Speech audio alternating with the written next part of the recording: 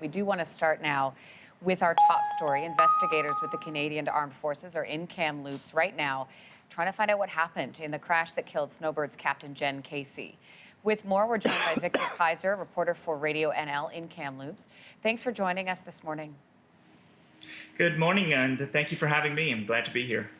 All right, so let's talk about what we know so far. Obviously, this is still very, very early in this investigation, but do authorities have any theories at this point as to what may have caused the crash? At this point, not that we're aware of anything. I don't think they're ruling out anything just yet as to what might have or could have happened on Sunday afternoon, just shortly after takeoff. I know there's lots of theories out there, and I'm not an expert in aviation safety, so I guess I'll be leaving that to them to see what they say. Could be, hopefully, that we're expecting something we might get some sort of an update today. That's what we heard. Possibly, if we do, we'll share that for sure. But otherwise, we may not really know something until maybe the next month or so when we get a preliminary idea of what happened. Victor, we're showing our viewers right now some images from the crash site, this residential neighborhood in Kamloops. Talk to us a little bit about where the crash happened and the community and how they're doing.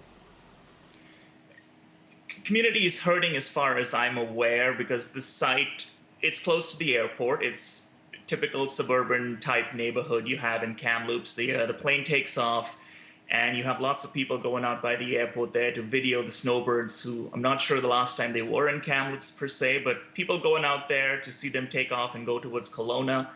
And the next thing you see, this plane veers off. People think it's a trick, and then they suddenly realize it's all captured on video, that something is going horribly wrong right in front of their eyes. And this neighborhood, again, what makes this even more poignant, I guess, is the fact that this neighborhood lost its school about 8 months ago. The school burned down, and so kids were moved around, and then COVID hits, and now we have this plane crash not that far away. So everybody in that neighborhood is just trying to come together to support people as best they can. There's memorials that went up right outside the airport, as I'm sure you showed right off the top of the segment here, and it's been growing since it began on Sunday night, and yesterday was just a special moment right outside when they had a drum circle and people coming out to say thank you for your service. It is amazing, the notes. So we're just looking at some of the notes that people are leaving for Captain Jenn Casey.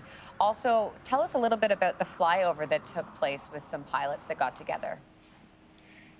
There was a flyover in the Vancouver area. There was one, I believe, also in Kelowna, just put together by some pilots who wanted to essentially, I guess, do what the Snowbirds aim to do, which is uplift our spirits during this COVID-19 crisis and the stay-at-home orders. And so we had people try to set this thing, organize one out of Abbotsford.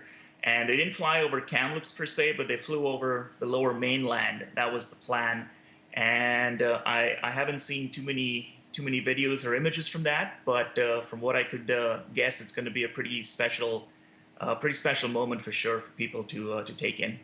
Victor Kaiser, we appreciate your time. Thanks so much for joining us this morning. Thank you for having me. I appreciate it.